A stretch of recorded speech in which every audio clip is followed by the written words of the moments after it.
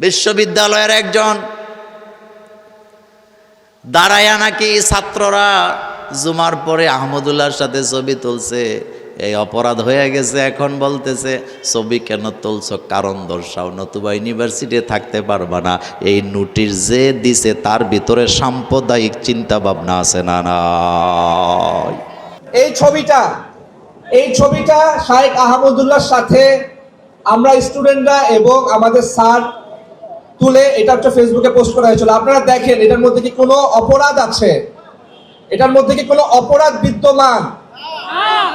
ভার্সিটির তৎকালীন ট্রাস্টি বোর্ডের চেয়ারম্যান আর্কিটেক্ট মাহবুবা হক উক্ত ছবি ফেসবুক থেকে নিয়ে শামশেদ স্যার ও শাইখ আহমদুল্লাহকে মার্ক করে সেটা ভিসি, রেজিস্ট্রার, ডিন এবং ডিপার্টমেন্ট হেডদের কাছে পাঠান এবং বলেন, হোয়াটসঅ্যাপে মেসেজ দেন যে এই লোকের বিরুদ্ধে, অর্থাৎ আমাদের শামশেদ স্যারের বিরুদ্ধে কেন এখন পর্যন্ত কোনো ব্যবস্থা না হচ্ছে না? কত বড় দুঃসাহস এই মহিলা! কি যোগে পড়লাম, কি দেখি, আরো না জানি কি দেখি। আলেমের সাথে চললে সন্দেহ করে, ছবি তুললে চাকরি থাকে না। শাইখ আহমদুল্লাহ নামে একজন লোক আছে না নাই? জোরে কর না। বাড়ি কই? লক্ষ্মীপুর। কোথায়? ভালো মানুষ না খারাপ মানুষ? কোনো দল করে না, সমাজের লোকদের জন্য কাজ করে।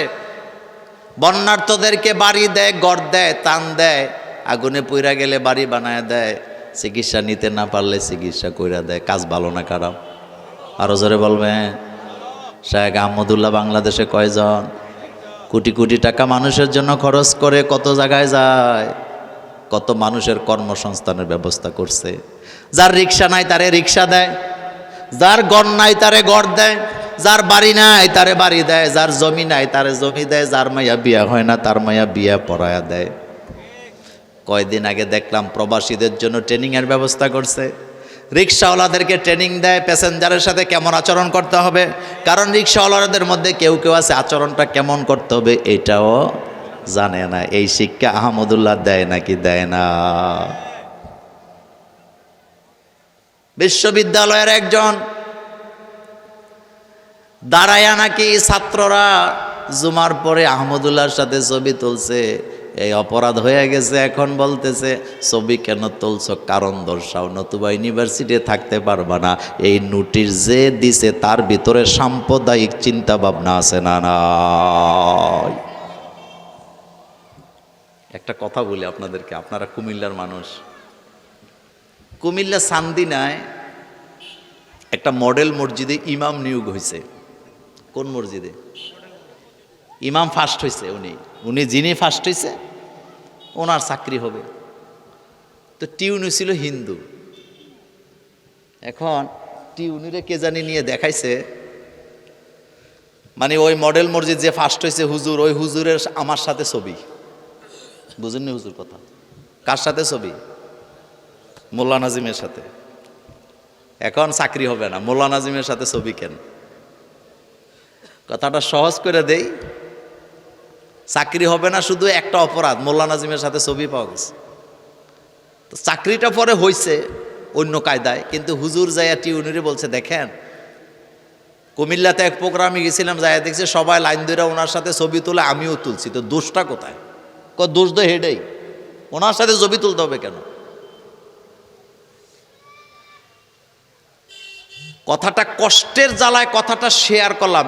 এই চিন্তা চেতনা যারা লালন করে যে অমুকের সাথে ছবি তুললে কারণ দর্শাতে হবে, অমুকের সাথে ছবি তোলা যাবে না, আলেমের সাথে চলা যাবে না, তারা কখনো জাতির কল্যাণকর চায় না, তারা জাতির জন্য বিপজ্জনক।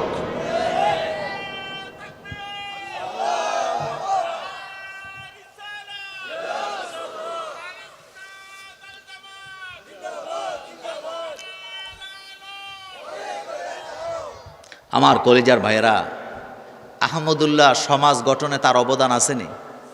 শিক্ষায়, ব্যবসায়, বাণিজ্যে, কোন জায়গায় তার অবদান নেই? সব জায়গায় আছে। হাজার হাজার বেকার নারীকে ট্রেনিং দিয়ে কর্মসংস্থানের ব্যবস্থা করেছেন আহমদুল্লাহ। হাজার হাজার গরিব মানুষকে রিক্সা কিনে দিছে, যেই রিক্সাটা হলো তার পুরো পরিবারে চলার জন্য একটা বাহন করছেনি। তো ওনার সাথে ছবি তুলে যারা লিগেল নোটিশ পাঠায়, কারণ দর্শন জানতে চায়, এই বাংলাদেশে তাদের কাজ করা, চাকরি করার কোনো যোগ্যতা আছে বলে আমি মনে করি না। কারণ তারা অন্ধ, তারা বধির। বলেন তারা কি? বধির।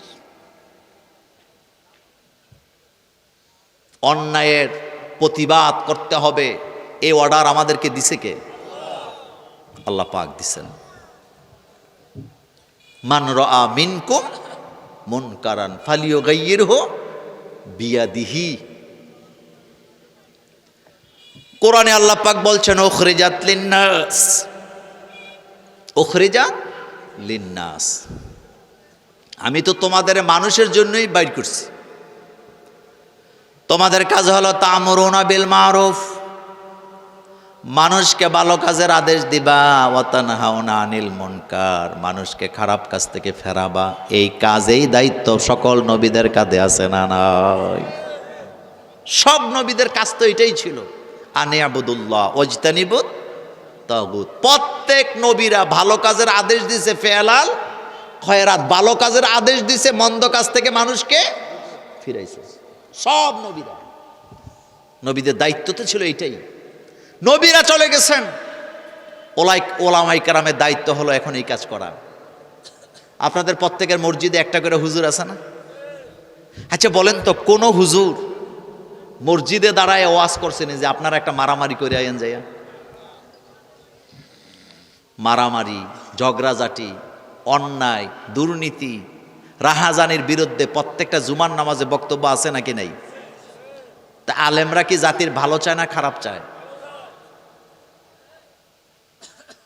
ডক্টর আব্দুল্লাহ জাহাঙ্গীর স্যার রহমতুল্লাহ আলাই, তিনি একটা চমৎকার কথা বলেছিলেন, তার কথাটা আমার মনে পড়ে।